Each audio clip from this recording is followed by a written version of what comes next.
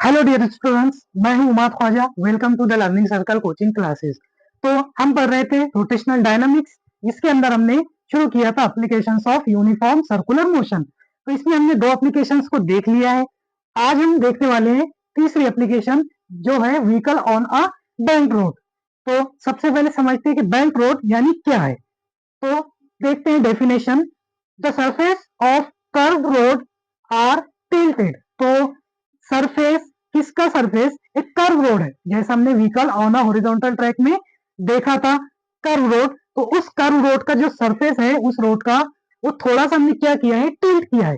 अब टिल्ट मतलब थोड़ा सा ऊपर उठाया है, जैसे आप फिगर के अंदर देख सकते हैं। तो एक जानिब से क्या है? थोड़ा सा उठाया गया है ऊपर विथ द हॉरिजॉन्टल। तो ये कैसे है? Horizontally, okay, with some angle theta. और ये कुछ एंगल, कुछ ना कुछ यहाँ पे एंगल है, और उस एंगल के साथ में ही इस रोड को क्या किया? टिल्ट किया गया। ओके, तो डेफिनेशन समझ में आ गई। एक रोड है, कर्व रोड, उसकी सरफेस को हमने क्या किया? थोड़ा एक जानिब से टिल्ट कर दिया, यानी ऊपर उठा दिया, इस तरह से। तो आगे बढ़ते हैं, फिर समझते हैं फिगर को। अब यहाँ पर देखिए, जो व्हीकल है और एक बैंक रोड है, तो यहाँ पर दो फोर्सेस एक्ट करती है। There are two forces act on vehicle. पहली चीज, यहाँ पर उस व्हीकल का जो मास है वो रहेगा वेट, वेट mg। ओके, और ये कैसा एक्ट करेगा? वर्टिकली डाउनवर्ड, जैसे हमने पिछले लेक्चर में समझा था। वर्टिकली डाउनवर्ड, यानी जो वेट होता है वो हमेशा कहाँ एक्ट करता है? नीचे की जानिब। ओके, दूसरी फोर्स यहाँ पर नॉर्मल रिएक्शन, जिसे हम एन से डिनोट करते हैं। तो ये रहेगी perpendicular to the surface of the road. Okay, यहाँ लिखता हूं मैं perpendicular to the surface of the road. तो देखिए, दो फोर्सेस यहाँ एक्ट कर रही है। पहली चीज, पहली फोर्स क्या है? वेट है एम जी, जो वर्टिकली डाउनवर्ड एक्ट करेगा। दूसरी चीज यहाँ पे नॉर्मल रिएक्शन, जो क्या है? एन है। ये क्या रहेगा? Perpendicular to the surface of the road. ये क्या है? एक रोड है, रोड की परपेंडिकुलर ही ये वाली फोर्स एक्ट करेगी। अब आगे जो नॉर्मल रिएक्शन फोर्स है, वो दो कंपोनेंट में अपने आप को, खुद को डिवाइड कर लेती है। तो इसके दो कंपोनेंट होते हैं। तो ये एन लिखता हूं मैं। एन जो है दो कंपोनेंट्स में डिवाइड हो जाते हैं, ये नॉर्मल रिएक्शन। तो पहला होता है vertical component, vertical component. Okay, vertical component. अब यहाँ पर इस फिगर के अंदर वर्टिकल कंपोनेंट कौन सा है? चलिए देखते हैं। तो देखिए, ये क्या है? एक बैंक रोड है, रोड का ये सरफेस हो गया, और यहाँ पर क्या है? व्हीकल है। तो अब यहाँ पर देखिए, व्हीकल और रोड, यानी जो रोड है और व्हीकल के टायर के बीच में हमने देखा था स्टैटिक फ्रिक्शन होता है, ये फ्रिक्शन फोर्स होती है। लेकिन यहाँ पर बैंक रोड में जो स्टैटिक फ्रिक्शन होता है, वो इग्नोर किया जाता है। यानी स्टैटिक फ्रिक्शन यहाँ पे एक्ट ही नहीं कर पाता। क्यों नहीं कर पाता? उसका रीजन ये है, बैंक रोड। ओके, समझ में आया? तो दो फोर्सेज यहाँ एक्ट करेंगी। पहली चीज mg, दूसरा नॉर्मल रिएक्शन। अब नॉर्मल रिएक्शन ये किस तरह से है? परपेंडिकुलर है to the surface of the road. ये रोड है और ये उसका सरफेस है, तो इसके साथ में ये क्या है? परपेंडिकुलर है, इस तरह से, है ना? तो ये नॉर्मल रिएक्शन जो है, ये दो कंपोनेंट में खुद को डिवाइड कर लेती है। पहला कंपोनेंट है इसका वर्टिकल कंपोनेंट। वर्टिकल कंपोनेंट ये वाला जो ऊपर की जानिब है, तो कौन सा हुआ? N cos theta. ओके, दूसरा कंपोनेंट, दूसरा कंपोनेंट यह रहेगा horizontal component. Horizontal component, horizontal component कौन सा? तो ये वाला n sin theta.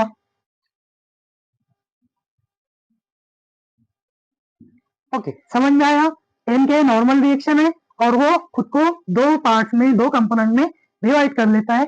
That is vertical component जो कहाँ रहेगा? ऊपर की जानिब, और दूसरा रहेगा हॉरिजॉन्टल कंपोनेंट जो रहेगा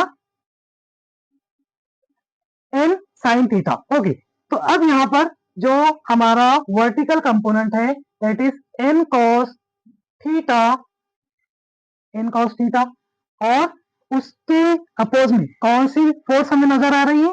वेट, दैट इज mg, है ना, mg। ओके, चलिए इसे देते हैं इक्वेशन नंबर फर्स्ट। दूसरी चीज, अब यहां पर देखिए जो n sin थीटा है ये कुछ और नहीं बल्कि क्या है? Horizontal component. तो फिगर के अंदर हम देख सकते हैं कि n sin थीटा ये क्या है? हॉरिजॉन्टल कंपोनेंट है, और इसकी जो डायरेक्शन है वो क्या है भाई? टुवर्ड्स द सेंटर है। यानी n sin थीटा इसे हम लिख सकते हैं इक्वल टू सेंट्रीपिटल फोर्स, और सेंट्रीपिटल फोर्स क्या होता है? M r omega square. लेकिन ये ओमेगा स्क्वायर किसके लिए यूज किया जाता है? एंगुलर वेलोसिटी के लिए। लेकिन यहाँ हमारे पास में क्या है? लीनियर वेलोसिटी, दैट इज, इसलिए हमें मिलेगा m v square upon r. This is equation number second. दो इक्वेशन समझ में आई है? क्या है? कुछ N cos theta vertically upward है, और हमें पता है कि जो एक फोर्स एक्ट कर रही है इस व्हीकल पे वो क्या है? mg है। mg कुछ और नहीं, उस व्हीकल का वेट है जो किस तरह एक्ट करता है? Vertically downward. तो ये नॉर्मल रिएक्शन का वर्टिकल कंपोनेंट और व्हीकल का मास जिसे हम वेट कहते हैं, तो ये दोनों क्या करते हैं? उस व्हीकल को बैलेंस करके रखते हैं। यहाँ लिख लेता हूं मैं, ये बैलेंस करते हैं किसे? व्हीकल को। Balancing to the vehicle. बात समझ में आई? देख सकते हैं शक्ल के अंदर आप लोग mg और ये n cos थीटा दोनों क्या कर रहे हैं? उस व्हीकल को बेंट रोड के ऊपर बैलेंस करके रखते हैं। ओके, चलिए दूसरी चीज क्या है? n sin theta. n sin theta क्या है? उसका नॉर्मल रिएक्शन का हॉरिजॉन्टल कंपोनेंट। अब यहाँ देखिए हॉरिजॉन्टल कंपोनेंट है और उसका रेडियस से जो, सॉरी, का जो डिस्टेंस है वो r उसका रेडियस हुआ। तो n sin थीटा, अब हमें पता है जो सेंटर की तरफ एक्ट करती है उस फोर्स को हम कहते हैं सेंट्रीपिटल फोर्स। तो यहाँ पर जो n sin थीटा है जो हॉरिजॉन्टल कंपोनेंट है नॉर्मल रिएक्शन का, तो वो किस तरफ अपनी पोजीशन दिखा रहा है? किस तरफ उसकी डायरेक्शन है? वो है m r omega, that is centripetal force की जानी भी वो अपनी डायरेक्शन को शो कर रहा है। तो यानी ये हुआ कि जो n sin थीटा है ये यहाँ पे क्या एक नेसेसरी सेंट्रीपिटल फोर्स है। तो n sin थीटा हो जाएगा बराबर एम आर ओमेगा स्क्वायर, और ओमेगा स्क्वायर को हम रिप्लेस कर सकते हैं वी स्क्वायर से। ओके, यहाँ पर m v square upon r. ये दो इक्वेशन समझ में आई सभी को? चलिए अब आगे देखते हैं। अब हम इक्वेशन 2 को डिवाइड करेंगे, equation 2 divide by equation number 1। चलिए क्या मिलता है आगे? तो n sin थीटा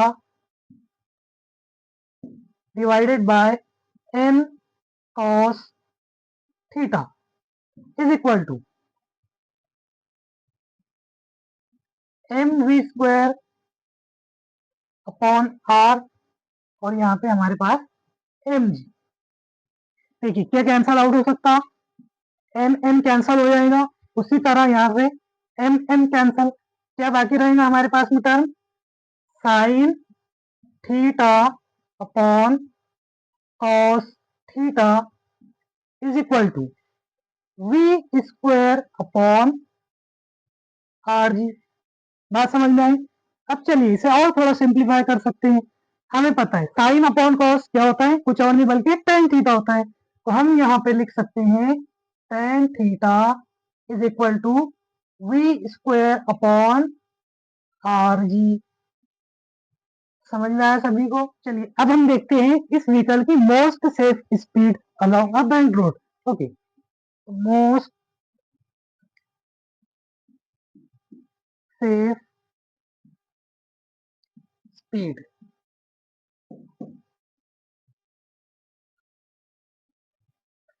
तो यहाँ पर जो फिगर है इसमें जो आर है वो रेडियस है और थीटा क्या है, एंगल है। तो ये दोनों चीजें यहाँ पे फिक्स की गई है। ओके, फिक्स्ड है।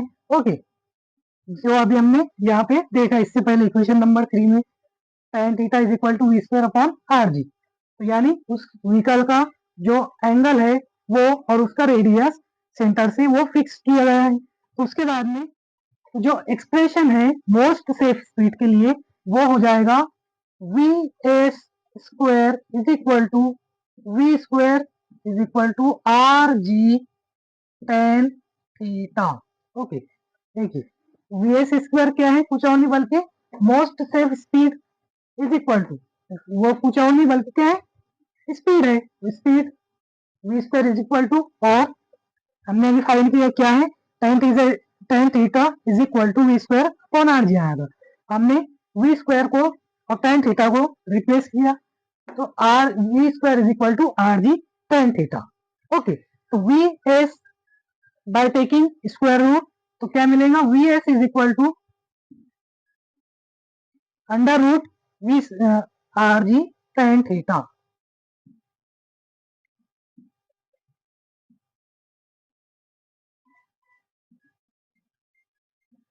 This is equation number 4। Most safe speed क्या हो जाएगी, V S is equal to under root R ji tan theta. अब हम देखेंगे बैंकिंग एंगल यानी थीटा। इसका मतलब ये है कि जिस एंगल से रोड को बैंक किया गया और वहां से जो व्हीकल पास हो रही है वो एंगल हमें फाइंड करना है। तो हम यहाँ पर इक्वेशन नंबर 3 का यूज करेंगे। इक्वेशन नंबर 3 क्या है, बाय यूजिंग इक्वेशन नंबर 3। तो इक्वेशन 3 क्या था हमारे पास में, tan theta is equal to v square upon r g. Okay, तो अब हमें क्या फाइंड करना है, इसमें थीटा फाइंड करना है। तो क्या हो जाएगा, थीटा बराबर tan inverse v square upon r g. देखिए यहाँ पर जो tan है वो थीटा के साथ इधर मल्टीप्लीकेशन में था, लेकिन जब हम थीटा फाइंड कर रहे हैं तब यहाँ पर tan का क्या हो जाएगा, exponential, that is tan inverse v square upon r g. तो ये क्या हो गया, बैंकिंग एंगल। ओके, यानी यहाँ पर जो बैंक रोड है और उससे जो व्हीकल पास हो रही है उसके दरमियान में जो एंगल है क्या है, theta is equal to tan inverse v square upon r g. इसके बाद